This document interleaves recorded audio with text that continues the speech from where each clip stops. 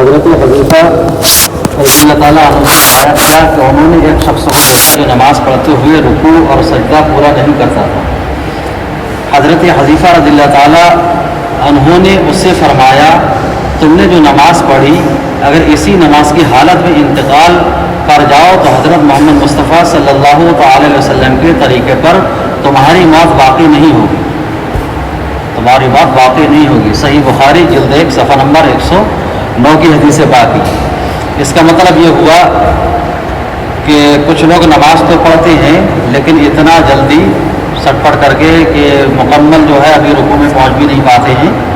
اور وہ جو ہے رکوع کی تسبیح پڑھنا شروع کر دیتے ہیں، اور صحیح اچھے طریقے سے جو ہے جیسے کہ سبحان ربی العظیم پوری تسبیح نہیں پڑھتے، رکوع میں پہنچے بھی نہیں، سبحان ربی العظیم سبحان ربی العظیم کہاں کا حرف کہاں کا ہو رہا ہے یہ کچھ بھی تمیز اس میں نہیں ہو پاتی، کون سا حرف کیا ہے، یہ ساری چیزیں۔ ایسے ہی سجدے کی کہ جو سجدے کی حقیقت ہے وہ یہی ہے کہ یہ پیشانی اور ناک جو ہے صحیح طریقے سے جم جانا، یعنی کہ اللہ اکبر کہنے کے بعد مکمل سر جب وہاں پر رکھ گیا رکھنے کے بعد اس کے بعد تصویر شروع کی جائے، سبحان ربی الاعلیٰ سبحان ربی الاعلیٰ سبحان ربی الاعلیٰ، یعنی رکوع میں گئے اللہ اکبر، اب شروع کریں گے سبحان ربی العظیم سبحان ربی العظیم سبحان ربی العظیم،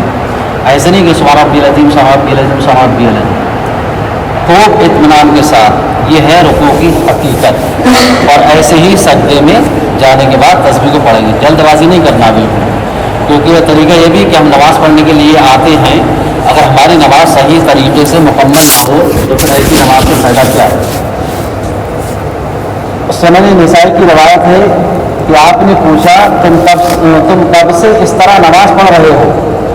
اس نے کہا 40 سال سے۔ حضرت حذیفہ رضی اللہ عنہ نے فرمایا تم نے 40 سال سے نماز بالکل نہیں پڑھی، تم نے 40 سال سے نماز بالکل نہیں پڑھی، اگر تمہارا انتقال ہوا تو تم دین محمد صلی اللہ تعالی وسلم پر نہیں مرو گے۔ اللہ اکبر، یعنی کہ انسان 40 30 25 30 40 سالوں سے نماز ادا کرتا ہے لیکن ابھی مکمل جو ہے نماز پڑھنے کا طریقہ کیا ہے یہ ساری چیزیں جو ہے معلوم نہیں، اور نہ ہی معلوم کرنے کی ہمت ہوتی کہ معلوم کیا جائے۔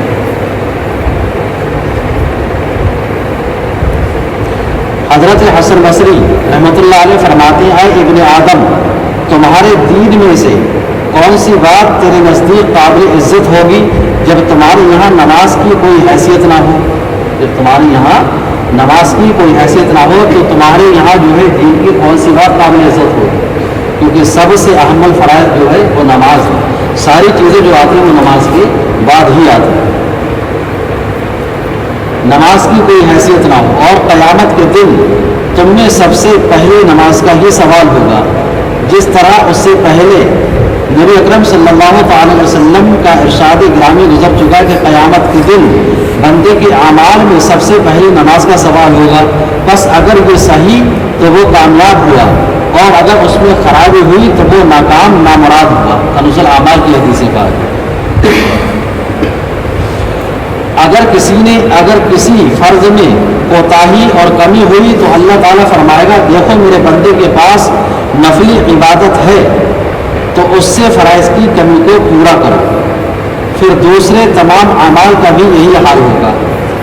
یہ صحیح مسلم کی حدیث پاک، یعنی کہ بندہ جو ہے نماز بھی پڑھتا ہے اور کوئی نفلی عبادت بھی کرتا ہے، بہت ساری نفلی عبادتیں جو کرتا ہے تو اس سے جو ہے فرائض کو پورا کر دیا جائے گا اگر کوئی کمی رہ جائے، ورنہ بالغ ہونے سے لے کر کے اور مرتے دم تک جو ہے نماز معاف نہیں ہوگی۔ لہذا بندے کو چاہیے کہ زیادہ سے زیادہ نوافل پڑھے تاکہ اس کے ذریعے فرائض کی کمی پوری ہو سکے، اور اللہ تعالیٰ ہی توفیق دینے والا ہے۔ اب صرف اسی پر اکتفا نہیں کرنا ہے کہ صرف جیسے شب برات آتے تو صرف نوافل ہی پڑھتے رہیں، اس میں عمری قضا پڑھے، فرائض نماز کی پابندی کرے۔ طاقت کے باوجود جماعت کو چھوڑ دینے کی سزا۔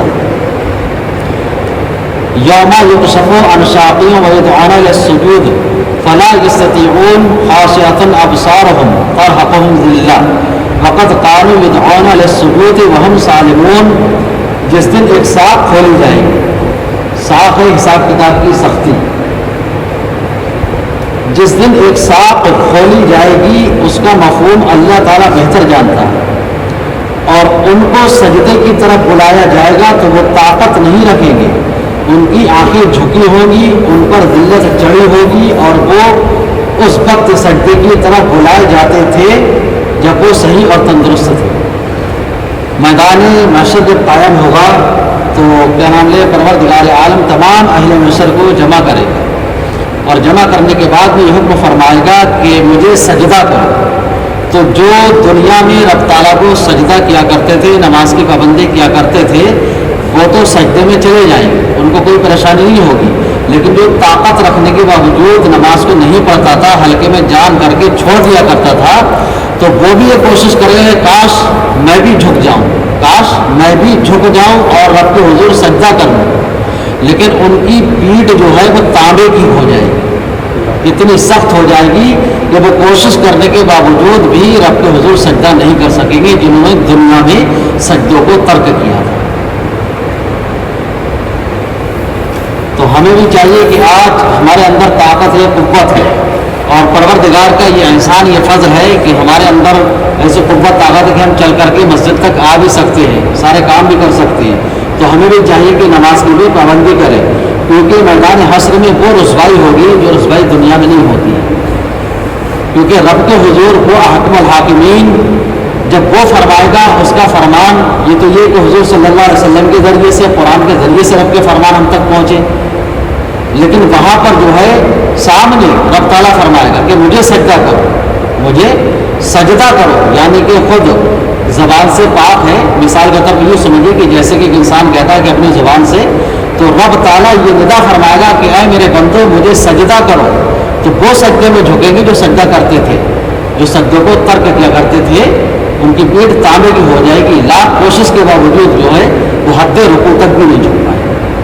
پھر ان کو کیسی شرمندگی محسوس ہوگی اہل محشر کے سامنے۔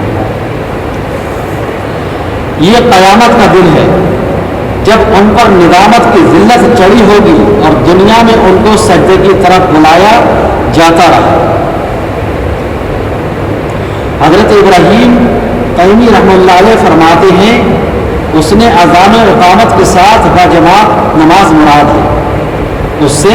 اذان اقامت کے ساتھ باجماعت نماز مراد ہے۔ حضرت سعید بن مسیب رضی اللہ تعالیٰ عنہ فرماتے ہیں کہ وہ لوگ حی علی الصلاۃ اور حی علی الفلاح سنتے تھے اور صحیح سالم تندرست ہونے کے باوجود نماز باجماعت نہیں پڑھتے تھے۔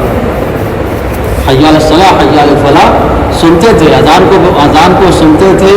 طاقت ہونے کے باوجود جو ہے نماز کی طرف نہیں آتے تھے۔ حضرت کعب بن احبار رضی اللہ تعالیٰ عنہ فرماتے ہیں اللہ کی قسم یہ آیت ان لوگوں کے بارے میں نازل ہوئی جو جماعت سے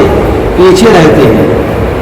تو جو شخص جماعت میں شامل ہونے کی طاقت رکھنے کے باوجود اسے ترک کر دیتا ہے اس کے لیے اس سے زیادہ سخت تنبیہ اور کیا ہو سکتی ہے۔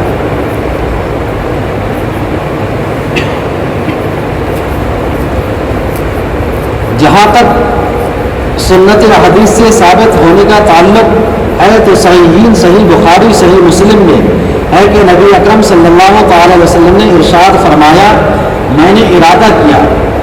کہ کسی کو حکم دو کہ وہ نماز کے لیے اقامت کہے، پھر کسی دوسرے کو حکم دو کہ وہ لوگوں کو نماز پڑھائے، پھر میں کچھ لوگوں کو لے کر جن کے پاس لکڑیاں ہوں ان لوگوں کے پاس جاؤں جو جماعت کے ساتھ نماز میں حاضر نہیں ہوتے، اور میں ان کے گھروں میں ان کے گھروں کو آگ سے جلا دوں، جو جماعت میں شامل نہیں ہوتے تھے ان کے گھروں کو آگ سے جلا دوں۔ مشکات المصابیح کی حدیث پاک ہے۔ تو آپ نے ان کو واجب کے چھوڑنے کی وجہ سے اس بات سے ڈرایا کہ ان کو ان کی اولاد اور ساز و سامان سمیت جلا دیا جائے، ان کو ان کی اولاد اور ساز و سامان کے سمیت جلا دیا جائے۔ یہاں تک کہ نبی کریم صلی اللہ تعالی وسلم کی بارگاہ میں جماعت کی فضیلت، ایک صحابی آئے نابینا تھے، آنکھوں سے دکھتا نہیں تھا، تو انہوں نے عرض کیا رسول اللہ صلی اللہ علیہ وسلم مجھے دکھتا نہیں ہے اور میرے گھر میں کوئی ہے بھی نہیں جو مجھے مسجد تک پہنچا دے، تو کیا میں اپنی نماز گھر پر ادا کر سکتا ہوں؟ تو حضور صلی اللہ تعالی وسلم نے فرمایا کہ ہرگز نہیں، جماعت سے نماز پڑھنا ضروری ہے، 27 درجے اس کا ثواب ہے۔ یہ سنت مؤکدہ اور واجب کے مقابل ہے جماعت کے ساتھ، اور تارک جماعت جو ہے وہ گناہ گار ہے، یعنی بلا وجہ ترک کرنا۔ جماعت یہ ہے کہ جماعت کب چھوڑی جاتی ہے؟ جیسے کوئی سخت دشواری ہو، آندھی طوفان ہو، جان جانے کا اندیشہ ہو، خوف ہو، تیز بارش ہوتی ہو، یہ ساری چیزیں ہیں کہ اس وقت جو ہے جماعت کو چھوڑ دیا جا سکتا ہے، لیکن اس کے علاوہ اور کوئی بھی عذر نہیں ہے۔ لیکن حضرت امام اعظم رضی اللہ تعالیٰ عنہ فرماتے ہیں کہ اگر کوئی انسان اپنے کاروبار کے لیے کہیں چلا گیا ہے اور اگر آس پاس کہیں کوئی مسجد نہیں ہے کہ وہ جا کر کے جماعت سے نماز ادا کر سکے تو وہ اپنی نماز خود بھی پڑھ سکتا ہے، اور اگر مسجد ہے قریب جا سکتا ہے، مسجد قریب ہے تو وہ مسجد میں اس کے لیے جانا ضروری ہے، یعنی کہ جماعت کے ساتھ میں نماز پڑھنا ضرور ہے۔ بلا وجہ جماعت سے نماز ترک کرنے والا گناہ گار ہوگا، اس کو میدان آخرت میں اس کی سزا ضرور ملے گی۔ ہم تھوڑی سی بات پر جو ہے جماعت کو نماز کو جو ہے گھر پر ادا کرنے لگتے ہیں تو وہ شخص جو ہے گناہ گار ہوگا۔ جان جانے کا اندیشہ ہے،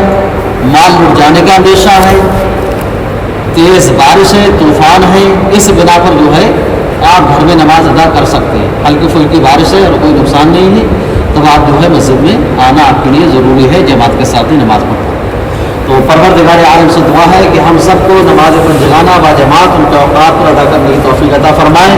میرے کہنے میں جو بھی غلطی ہے ان کو معاف فرمائے۔ سب سے پہلے مجھے اور میرے گھر والوں کو عمل کرنے کی توفیق عطا فرمائے۔ اللہم ربنا آتنا فی الدنیا حسنہ وفی الآخرۃ حسنہ وقنا عذاب النار۔ صلی اللہ تعالی علی خیر خلق محمد وعلی آلہ وصحبہ اجمعین برحمتک یا